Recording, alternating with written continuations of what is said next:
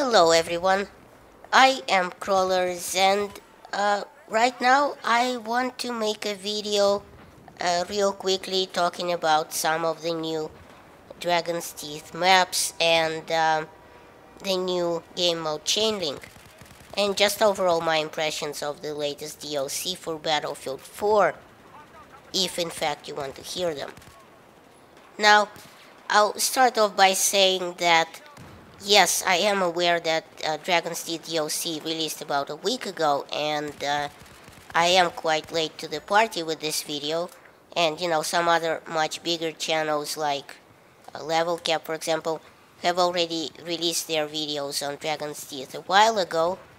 But here's the thing: I am a small channel, right? That's independent from anyone, and in fact, I am just me.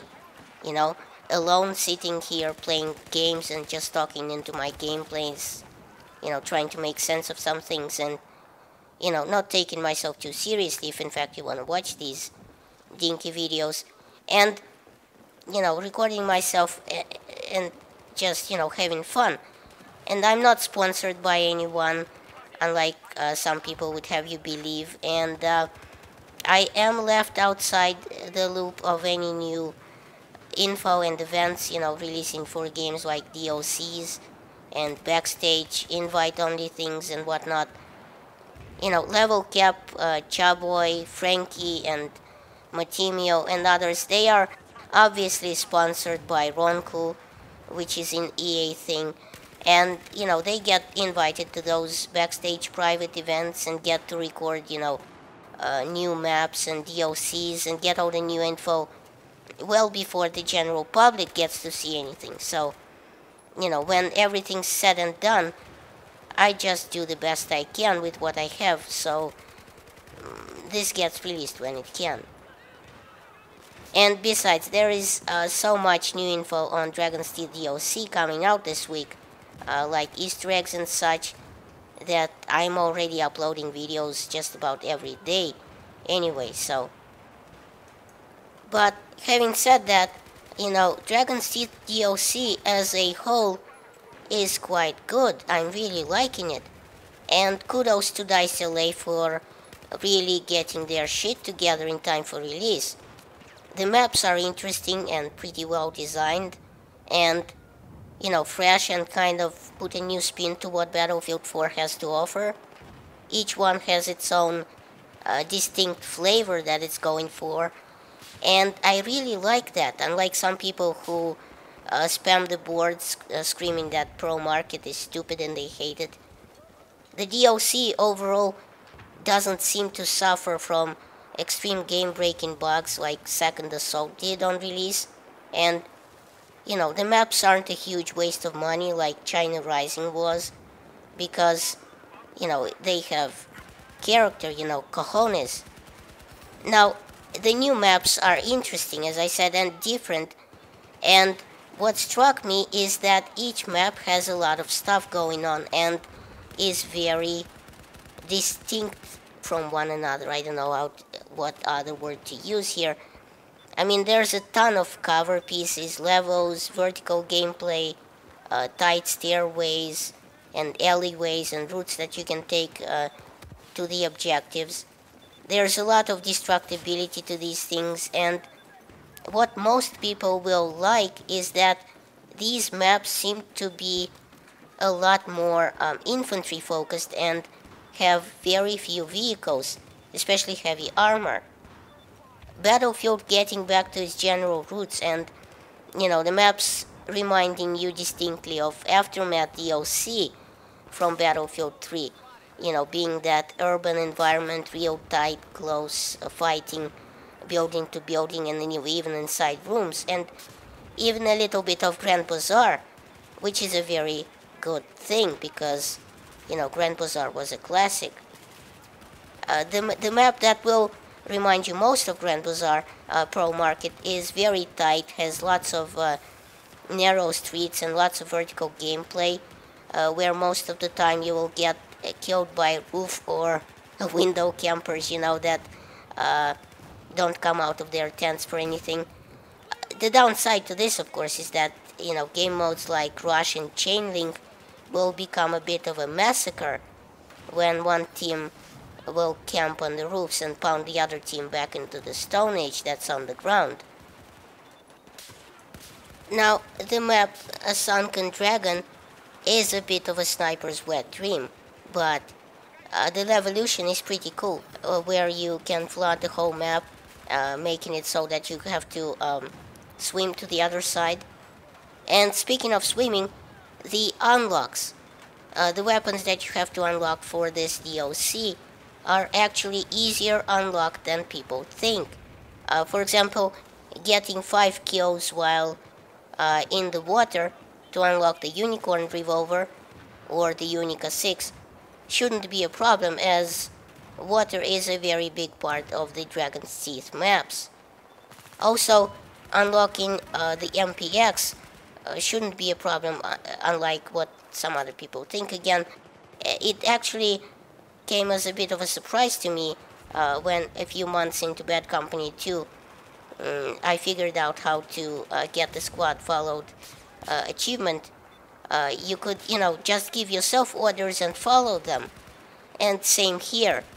To follow 10 squad orders, all you have to do is be the squad leader, so you won't be depending on the try-hard noobs that can't follow orders, and just go nuts spamming that Q button, and following your own orders.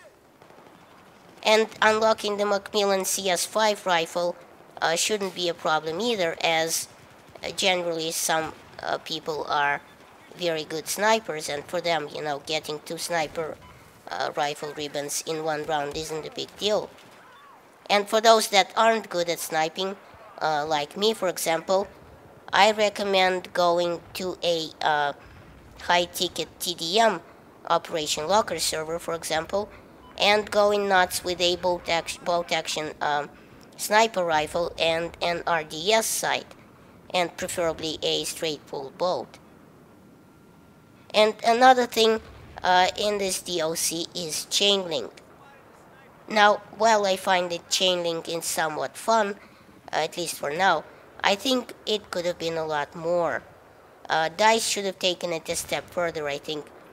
Chainlink should have been a cross between domination and capture the flag, in my opinion, where you have to physically pick up the flag and hump it all the way to the next waypoint, to the next point rather, and plant it to connect these points somehow. And then the enemy must try and take the flag from you and go and plant it at your capture points, and well, something like that. Not sure where I'm going with this, but something. One thing I do have to say about Chainlink though is that it feels that the ticket bleed speed of the enemy is way too fast sometimes. I mean, you take a couple links and basically a game with 2,000-3,000 tickets is over in like 3-5 minutes. And that's just wrong in my opinion and needs a patch.